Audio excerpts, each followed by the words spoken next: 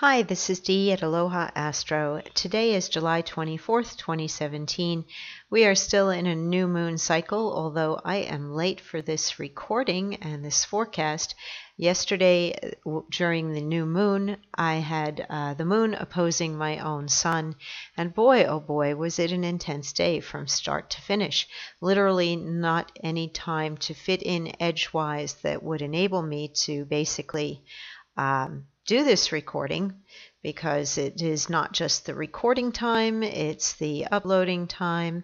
For those who are not aware, this is my site, alohaastro.com. I recently put on an SSL certificate. I'm about to add a shop of metaphysical and spiritual products and supplies. Within the next couple of weeks, you should see a little shop button up here in the nav bar, and I will be carrying things like crystals and tarot cards and sage and all types of things that can help you in your spiritual journey. Also, I am still running a contest on here. When you log onto the site, get onto the site, a pop-up will remind you to subscribe to the newsletter. If you are already subscribed to the newsletter, you do not have to do it again to enter into the contest. I do draw at the full moon, and you will win a free reading with me if your name is drawn during that time. So full moon, I believe it's coming up August, I'm going to say the 7th. I haven't double checked that, but it is coming up before too long, and I will be holding a drawing for that free reading. So we are a day late, but I'm over here at Planet Watcher, where I can still look at July 23rd and see what was happening at the time of the new moon. We had a conjunction to Mars at the same time, and it seems as though for many people, the fiery energy of moon and sun and Mars all in Leo created a great deal of impatience or anger or blow-ups, or just the urge to really get things going, especially on the creative level. Leo rules the 5th house. It is a house of creativity. It's also a house of children and pets, dancing, cooking, gambling, competitive sports, art, drama, theater, basically anything that is fun, anything that we enjoy doing with other people, or where we are able to give birth or create something that is like a child to us, our artistic and creative projects.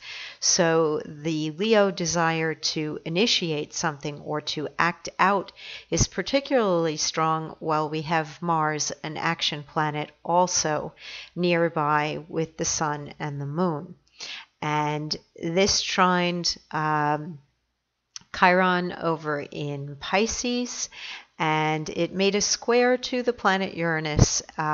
So impatience, particularly, well, the desire to have something or to have some sort of a gain. And then we had the square here, which would produce the impatience with an upstart planet. The energy of Uranus in Aries is particularly wanting to see new things, create new things, speak up for oneself, and can sometimes act impulsively or erratically. So this fire energy here is particularly strong, and again we have some air feeding fire over here with Venus in Gemini making an opposition to Saturn in Sagittarius.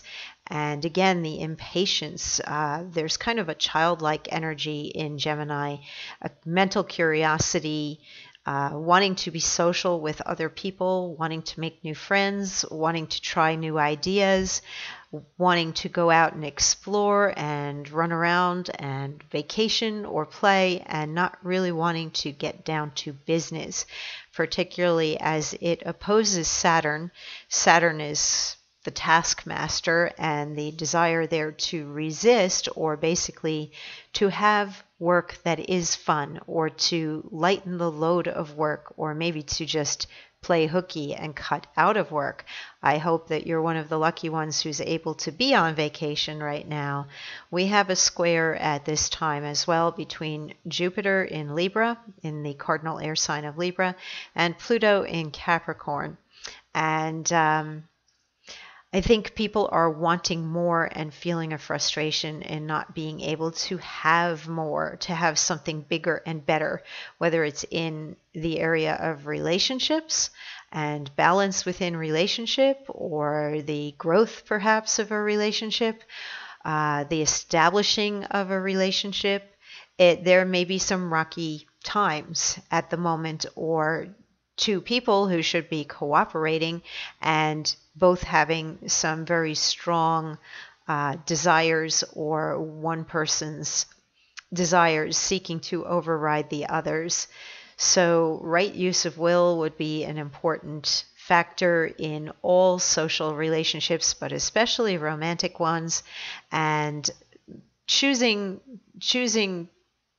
what's most important to you, whether you really want to enter into battle or argument, or to debate the finer points of why your idea is better than the other person's idea. And the quincunx here between Venus and Pluto adds some passion in there as well, that if somebody thinks it's a very good idea, they're likely to really push for what they desire, at the risk of upsetting or bringing something out of balance in a relationship, upsetting a partner or putting something out of balance. If there is something that is unfair or not correct within any one-on-one relationships, then by all means state your case and bring forth the evidence and communicate it or back it up with the information that you have. But if at all possible, make allowances or compromises if you are able.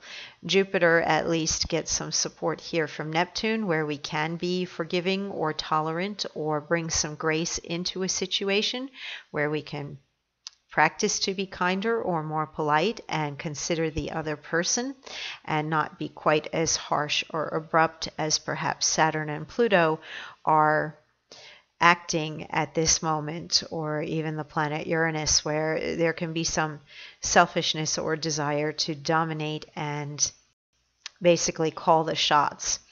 So as we look at how the days move forward this week, first, before we look at the week ahead, I like to look at the Sabian symbols, because there's always something in there that seems to resonate with me in terms of the degree that the moon is in. And we had this moon at 0 degrees of Leo. It's just starting out. So the symbols begin here at 1 degree. Everything rounds up. It is an actional level, and the scene is combustion. And I definitely felt that type of energy yesterday. I don't know about the rest of you, but coincidentally, I attended a concert where the finish of the concert was a great deal of fireworks, and I've never been so close to fireworks in my life. It was literally just a few feet away from me, right above my head. It was pretty amazing to watch. So great deal of fire energy right now, and exploding type of energy all over. So first level actional, blood rushes to a man's head as his vital energies are mobilized under the spur of ambition. An eruption of biopsychic energies into the ego-controlled field of consciousness. Here it talks about 3 kinds of fire: electric, solar, and fire by friction, and that the 3 fire signs of the zodiac correspond to these. Aries refers to the descent of the spiritual energy of the creative word. In its material aspect, we know this energy is electricity, and without electrical energy, no life processes could exist. Leo represents solar fire, the energy which is released from an integrated person, either through spontaneous radiations of apparently nuclear forms of energy, or at the truly human and conscious level, and also superhuman in more transcendent realms, through conscious emanations from manas, meaning mind in Sanskrit. Sagittarius is related to the fire by friction because all social processes are based on interpersonal relations, which imply polarization and often conflict. Now, we just went over the various planets in signs, and we do have Sagittarian energy active. We have some Aries energy active. So we are dealing with a little bit of all of that fire. The key symbol for Leo depicts a rising of energy from the heart to the head, a mentalization process. However, this process is a potentially dangerous one. Thus, the original wording of the symbolic scene by the clairvoyant referred to a case of apoplexy, just as a person standing with their head uncovered for a long time in tropical regions could get sunstroke. Coincidentally, at the concert, we arrived when the sun was still up and strong, and it became unbearable to sit out in the field. It was an outdoor concert, and we had to seek shade. And one of the group did suffer from heat exhaustion or perhaps sunstroke. And so, wow, yes, it's been hot, as I'm sure many of you are aware. Be careful out there as you're out playing in the sun. The sun can destroy as well as vivify. Without its symbolic mate water, it produces deserts on earth. The realization of Atman, the spiritual self, the existence of a formed and steady ego, provided the ego can become a lens of pure crystal focusing the all-pervasive cosmic light of the Brahman without introducing the shadows of pride, possessiveness, and showmanship. Now, of course, under the Leo sun right now and the Leo moon, issues of pride, possessiveness, and showmanship and ego can definitely be triggered. That is something that is within the Leo nature. So is the courage, the kindness, and the generosity, and that royal type of energy, which I think we can equate to Brahman. But this, and also superhero, one of the archetypical symbols for Leo is basically the superhero or the caped crusader, the desire to come in and be so courageous and be so kind to people, to want to come in and be seen as larger than life and raise them up, save them, rescue them. Let's see. But this provided raises a very large question.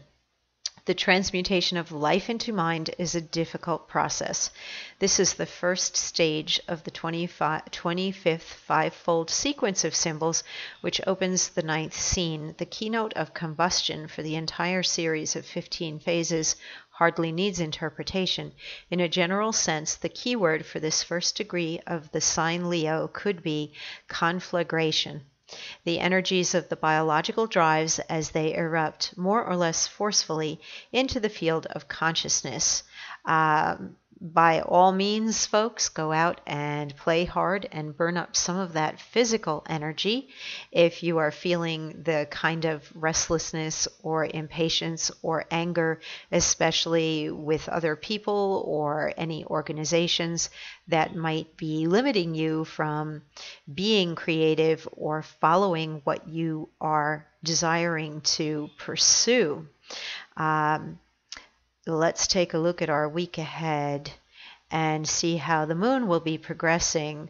Today it's still in Leo, and we have we have a nice sextile between the moon and Jupiter. We have a trine to Saturn and a sextile to Venus. We can make good things happen. We can work constructively, maybe not very fast, but we can get things done. Perhaps a discontent is driving us to make changes on the mental level. As we have Venus opposing Saturn, that can be the discontent or wanting things to be better than how they're being presented to us now. And Mercury making a trine to Uranus, thinking of that change, or perhaps thinking about our individual needs or what we need to say, even if it might be shocking or upsetting to some. Looking for a new point of view. And here we have some follow through on Tuesday with the moon trine to Uranus, and then the moon makes a conjunction to Mercury. I have the feeling that for many people, the crest of that new moon energy that came on the morning of the 23rd and came in perhaps rather harshly.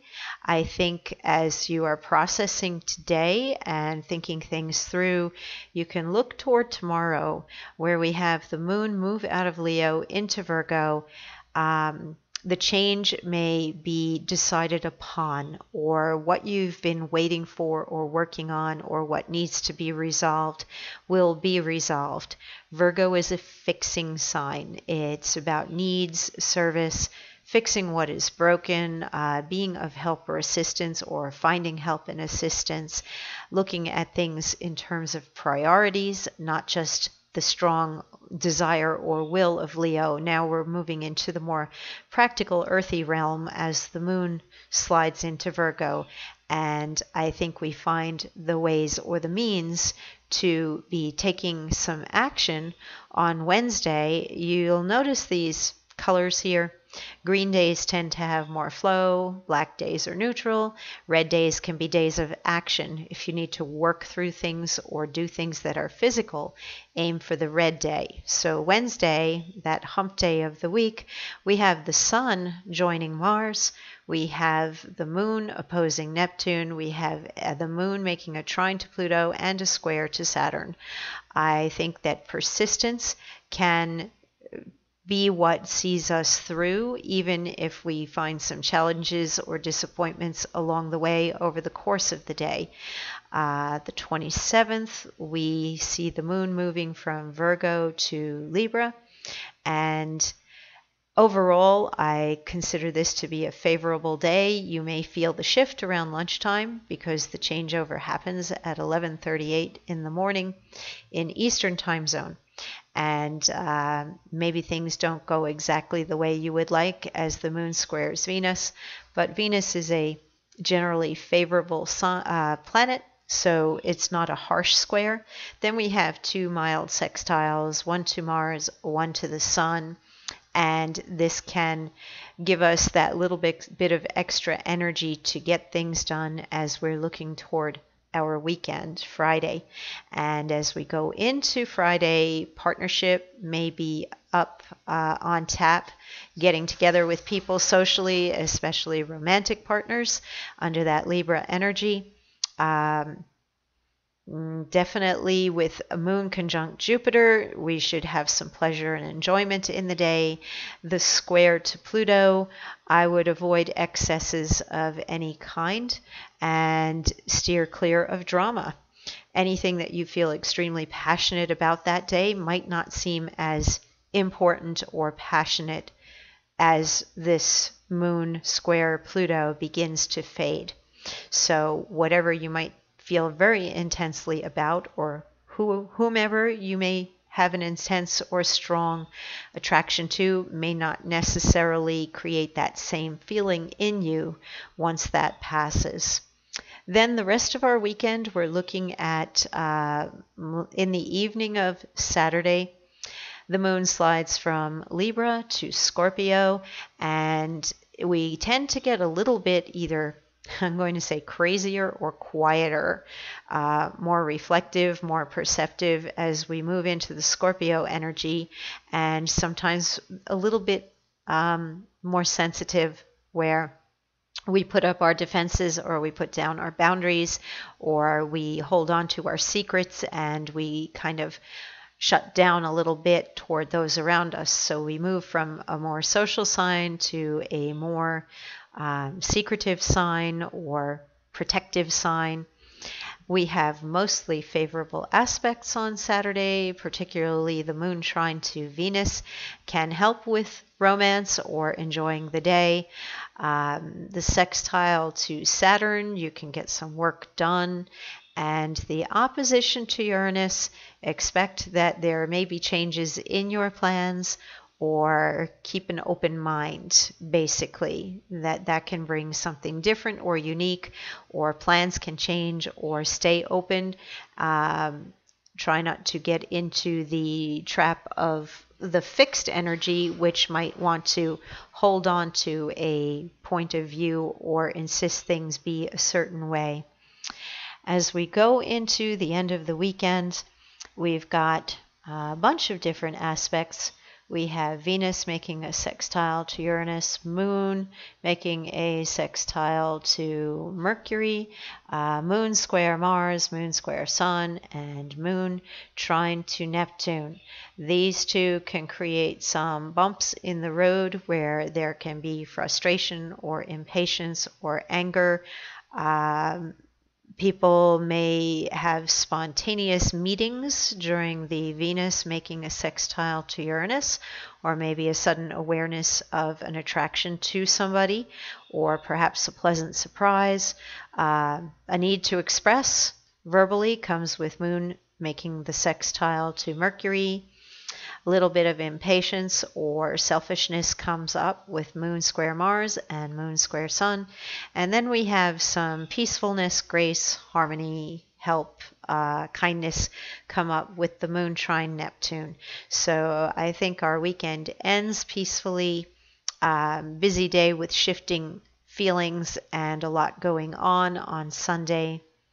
And then we head off into the last day of the month. The last day of July is on the way, and we are still with Moon in Scorpio, and the Moon will be making a sextile to Scorpio's ruling planet of Pluto, and that can increase emotional intensity that day, and that is the only aspect that is really influencing you that day. So that's what's going on. Again, stop by my site, visit. I am available for readings. My schedule is fairly open right now since it seems many people are on vacation. Despite that, I seem to be staying busy with a lot of last-minute readings, so I do have a very short time buffer now on my schedule. If you are needing same-day readings, they are currently usually open.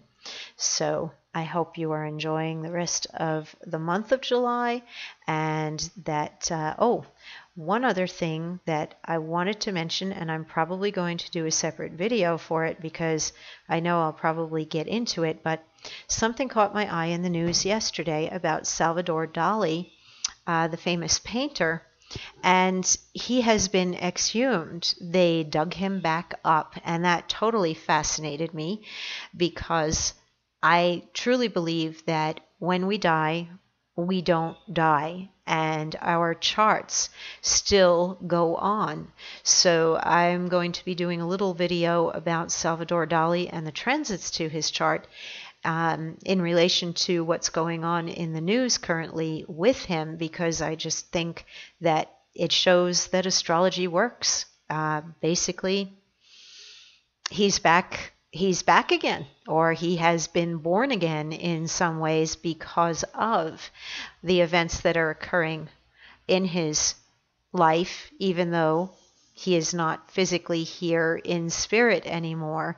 He still lives on, our charts still live on, and we can still look at the charts of people who have passed and see the effect of transits even though they are no longer here. So look for that. That will be posted right after this. And have a wonderful, wonderful rest of your summer.